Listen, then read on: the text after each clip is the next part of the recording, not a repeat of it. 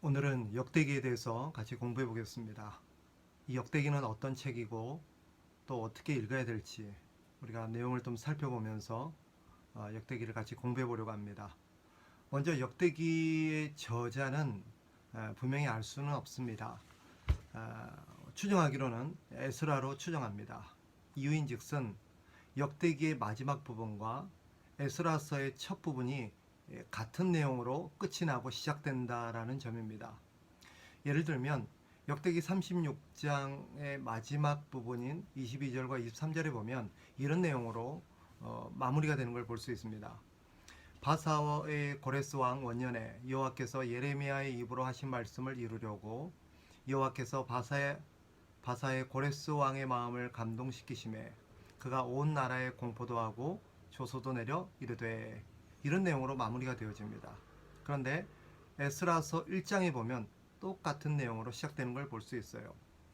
에스라서 1장 1절에 보면 바사왕 고레스 원년에 여호와께서 예레미야의 입을 통하여 하신 말씀을 이루게 하시려고 바사왕 고레스의 마음을 감동시키매, 이런 점을 근거로 해서 많은 사람들이 이 역대기가 에스라에 의해서 기록된 것이 아닐까라고 추정을 합니다. 어디까지나 추정일 뿐 확실한 사실은 아닙니다. 그러나 대부분의 학자들이 에스라에게 무게를 두고 있다는 점은 우리가 에스라의 어떤 저작으로 볼 수 있는 근거는 분명히 있다고 볼 수 있습니다.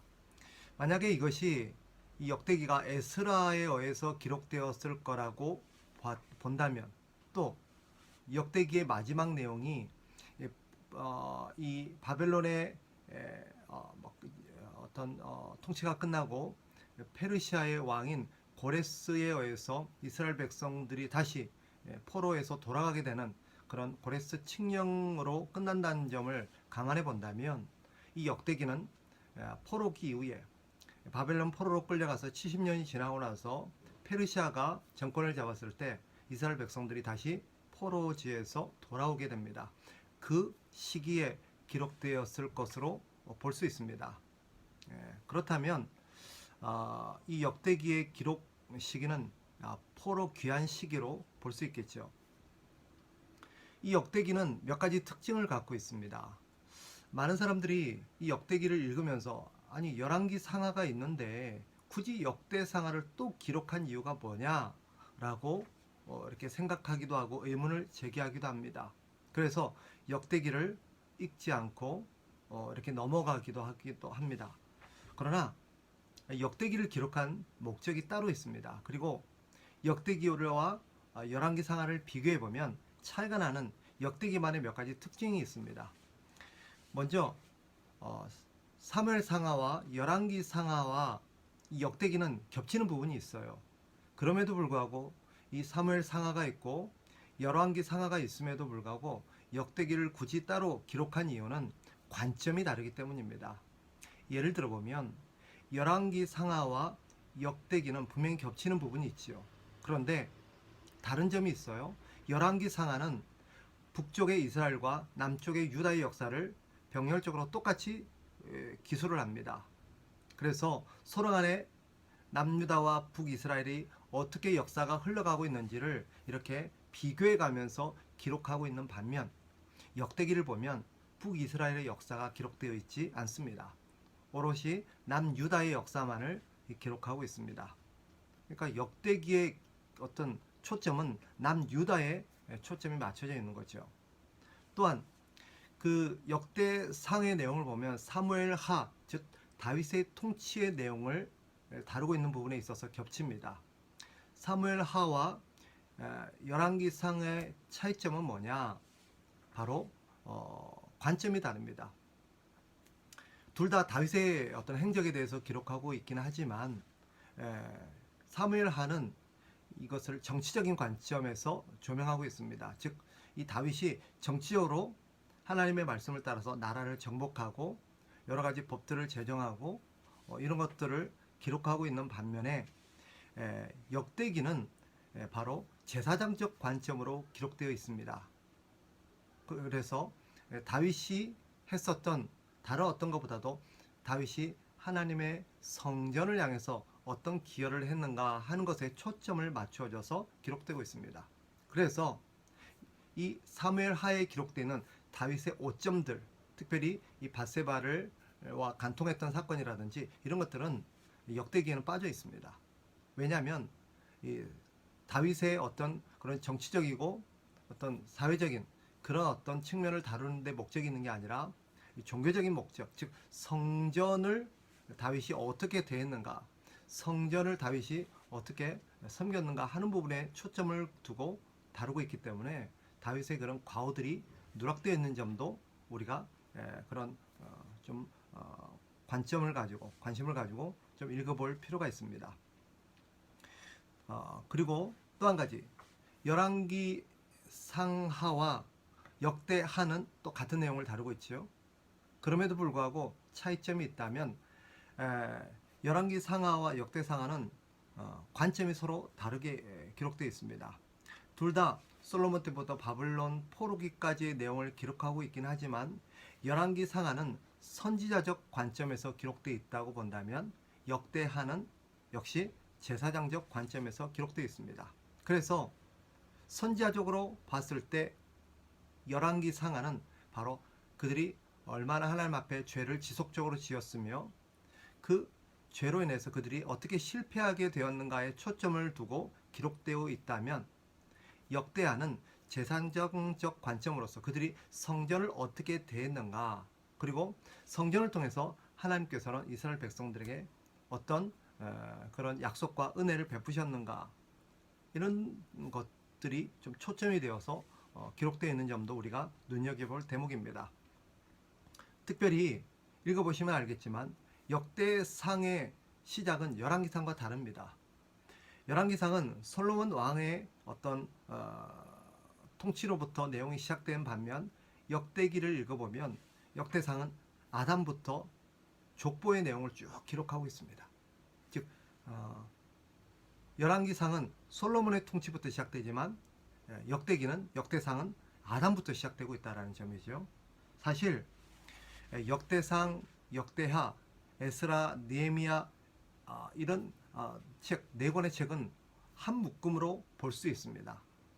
사실 역대상하와 에스라, 느헤미야서가 다루고자 하는 목적이 같기 때문이에요. 바로 하나님의 나라입니다.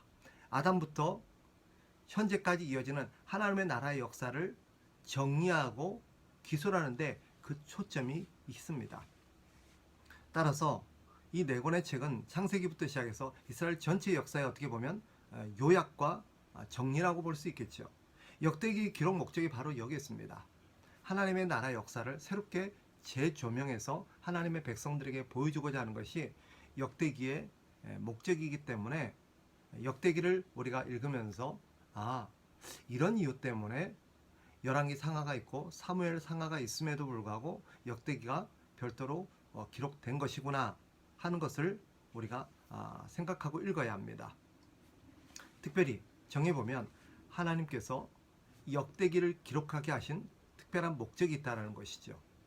사무엘 상하, 열왕기 상하가 있음에도 불구하고 굳이 역대기를 따로 기록하게 하신 목적은 바로 바벨론 포로 이후에 앞서 말씀드린 것처럼 이 역대기가 바벨론에서 70년 만에 다시 포로지에서 돌아온 이스라엘 백성들을 향해서 기록되어 있다면 그 당시 포로에서 돌아왔던 이스라엘 백성들이 갖고 있었던 어떤 마음과 어떤 생각에 대한 어떤 대답의 성격을 갖고 있다는 것을 우리가 짐작해 볼 수 있습니다. 그렇다면 그 당시 이스라엘 백성들이 가졌던 의문, 질문이 뭐였냐 하는 거예요. 그것은 바로 포로지에서 돌아왔던 이미 나라가 망하고 없는 이스라엘 백성들, 이제 우리는 앞으로 어떻게 살아야 되는가 하는 것에 대한 대답이라고 볼 수 있습니다. 70년 만에 포로지에서 돌아와서 이스라엘을 재건해야 되는 이스라엘 백성들은 앞으로 어떻게 살아야 될 것인가, 이 땅에서 우리가 어떻게 새로운 삶을 살아야 될 것인가 하는 그런 질문에 대해서 답을 주고자 하나님께서 누군가를 통해서 이 역대기를 기록하게 하셨다라는 거죠. 열왕기의 목적이 이 바벨론 포로가 된 이 공동체를 향해서 둘 다 나라가 멸망한 이후에 기록되어 있기는 했죠. 그러나 열왕기 상하의 기록 목적은 이스라엘 백성들에게 왜 나라가 이렇게 멸망하게 되었는가 하는 그 원인에 대해서 대답을 주고자 기록되었다면, 역대기는 바로 그런 하나님의 백성들이 앞으로는 어떻게 살아야 될 것인가 하는 것에 대해서 가르쳐 주고자 기록되었다라고 보면 되겠습니다. 따라서 우리가 역대기를 읽을 때 하나님의 백성들, 다시 포로지에서 돌아온 이스라엘 백성들을 향한 하나님의 그런 뜻, 하나님의 마음이 담겨 있다고 볼 수 있습니다. 이 백성들이 앞으로 어떻게 살아야 될지 하나님께서는 그들에게 답을 주고 계신 거죠. 정리해 본다면 그 대답이 무엇입니까? 역대기가 말하는 하나님의 백성들은 장차 어떻게 살아야 되는가 하는 것을 역대기는 이렇게 대답합니다. 바로 성전 중심의 삶을 살아야 한다라고 대답합니다. 왜냐? 성전은 보이지 않는 하나님을 볼 수 있도록 하나님의 백성들에게 제공된 하나의 상징적인 존재이기 때문입니다. 하나님은 눈에 보이지 않지만 그 하나님이 이스라엘 백성들과 함께 계시고 그들의 삶의 중심에 계신다는 것을 하나님은 그들에게 보여주고자 성전을 건축하게 하신 것입니다. 건물이 중요한 게 아니라 그 건물이 바로 하나님을 나타내 보여주고 있다는 점에서 이스라엘 백성들에게 중요한 것이죠. 그러면 왜 성전 중심으로 살아야 된다라고 말하는가? 그것은 바로 하나님 중심으로 살아야 된다는 것을 그들에게 가르치기 위함입니다. 즉 성전은 하나님의 백성들이 어떻게 하나님 중심으로 살아갈 수 있는가 하는 것을 보여주는 하나의 교육 방법이었고, 그들에게 있어서 하나의 그런 시청각 자료였다라고 볼 수 있겠죠. 따라서 성전 중심의 삶이 이스라엘 백성들에게 보여주는 대답은, 하나님의 백성들은 이제 하나님 중심으로 살아야 된다라는 것을 말하고 있는 것입니다. 즉 이것이 바로 역대기의 주제죠. 역대기가 말하는 메시지는 분명합니다. 하나님에 대한 태도가 나라의 흥망성쇠를 좌우한다는 것입니다. 앞에서 열왕기 상하에서도 말했지만 그들이 멸망했던 이유가 무엇입니까? 열왕기 상하는 그것이 바로 죄라고, 하나님을 떠나고 하나님을 배신하고 우상을 섬겼던 죄라고 말하고 있죠. 역대기 역시 같은 선상에서 이스라엘 백성들에게 대답을 하고 있습니다. 하나님과의 관계가 바로 이스라엘 백성들, 즉 이스라엘의 나라의 흥망성쇠를 좌우한다는 거예요. 하나님을 가까이 하는 것이 그들이 흥하는 길이요, 하나님을 멀리하는 길은 바로 망하는 길이라는 것을 보여줍니다. 그렇다면 하나님을 가까이 하고 하나님을 멀리하는 것을 이스라엘 백성들이 어떻게 알 수 있습니까? 내가 하나님과 지금 가까이 있는지, 하나님과의 바른 관계에 있는지, 이것을 어떻게 알 수 있느냐? 바로 구약에는 성전을 통해서 그것을 가늠하게 했던 것입니다. 이스라엘 백성들이 성전을 대하는 태도를 보면 그들이 하나님을 어떻게 여기고 있는지를 알 수 있었던 거죠.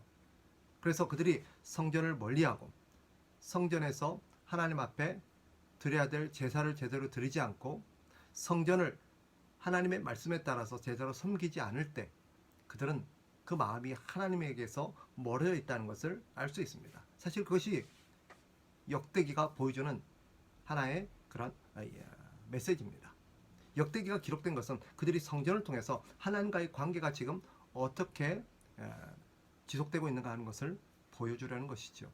따라서 그들은 성전을 중심으로 한 하나님을 가까이 하는 것이 바로 흥하는 길이요, 성전을 중심으로 해서 하나님 성전을 멀어지고 성전을 떠나는 것은 곧 하나님을 멀리하는 길이요, 그것은 곧 망하는 길이라는 것을 이 역대기를 통해서 보여줍니다. 정리해보면 역대기의 메시지는 분명하죠. 하나님을 가까이 하고 하나님과의 바른 관계를 맺으며 살라는 것입니다. 즉 하나님 중심의 삶을 살라는 것입니다. 오해하지 말아야 되겠죠. 그렇다면 성전 중심의 삶, 하나님 중심의 삶은 지금 우리는 어떻게 우리가 적용할 수 있는가? 우리 시대의 성전은 뭐냐? 그것은 바로 교회가 아닙니다. 많은 사람들이 성전 중심의 어떤 신앙을 교회 중심의 신앙으로 이렇게 설명하곤 하는데 아닙니다. 교회 중심이 반드시 하나님 중심은 아닙니다. 오늘날 하나님 중심의 삶은 바로 하나님의 말씀에 순종하며 사는 것입니다. 하나님의 말씀을 가까이 하고 하나님을 우리 인생의 주인으로 삼고 있느냐 하는 것이 하나님 중심의 삶을 보여주는 지표죠. 그 가장 우리의 삶의 현장에서 가장 리얼하게 또 가장 극명하게 나타나는 그런 하나의 지표가 말씀입니다. 따라서 우리가 하나님의 말씀에 순종하며 살고 있느냐 아니냐는 우리가 하나님을 가까이 하고 하나님과 바른 관계를 맺고 있느냐를 우리가 측정할 수 있는 하나의 바로미터인 것이죠. 따라서 역대기가 주는 메시지는 우리가 하나님을 가까이 하고 하나님과 바른 관계를 맺고 살 때 우리는 성공된 인생이요 흥한 인생을 살 수 있지만, 만약에 우리가 하나님을 떠나서 하나님을 멀리한다면 우리 인생은 망할 수밖에 없다는 것을 역대기는 우리에게 보여줍니다. 이것을 통해서 우리는 하나님을 우리가 인생에서 어떻게 여기며 살아야 될지를 다시 한번 생각하는 마음으로 이 역대기를 읽고 역대기를 살펴야 되겠습니다. 다음 시간에는 이 역대기의 내용이 어떻게 구성되어 있는지를 우리가 살펴보면서 다시 한번 이 역대기를 정리해 보도록 하겠습니다. 감사합니다.